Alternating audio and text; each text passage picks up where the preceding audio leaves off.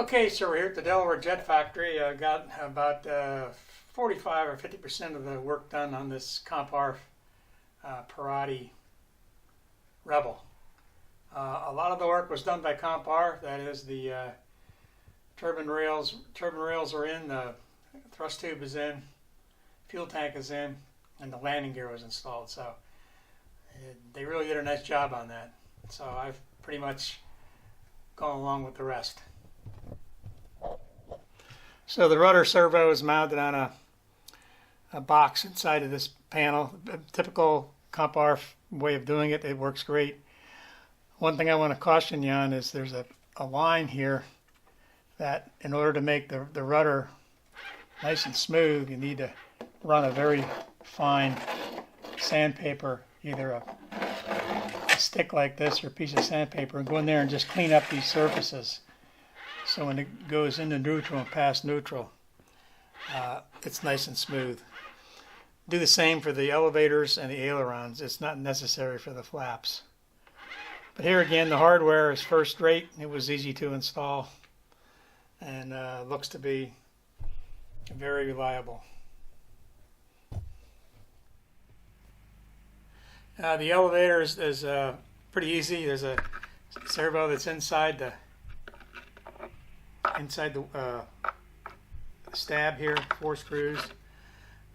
Here again, this joint line here, you want to make sure you take a little, just something small, go in there and clean that up so you get a nice smooth transition. There's no rough spots. So right now both elevators are done, the rudder is done, and one wing is done. I'm working on the other wing.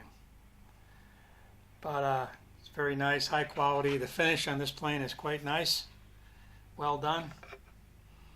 Shiny. Okay, I have the the left wing done. The flap servo is in, the aileron servo is in, and the landing gear is in. This is my first experience with JP retracts. So far, they seem to be just fine. The machine and finish work on these is very nice. The fit and finish is very nice, and they operate nice and smooth.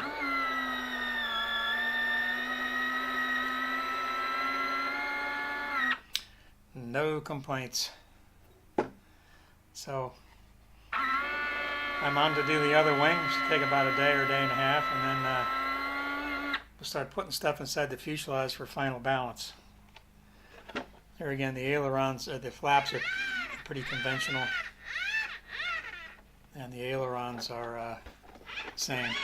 Here again, you want to go along this line here and sand a little bit to make sure there's no interference at all when it goes up and down from the right in the center there with a touch. Not necessary for the flaps. They're no problem, but and the flap servo is inside the wing. You really can't see it. It's behind the wheel. You can see it in there. Easy to install. Really, all you need is a screwdriver with about an 8-inch, a Phillips screwdriver with about an 8-inch long handle on it.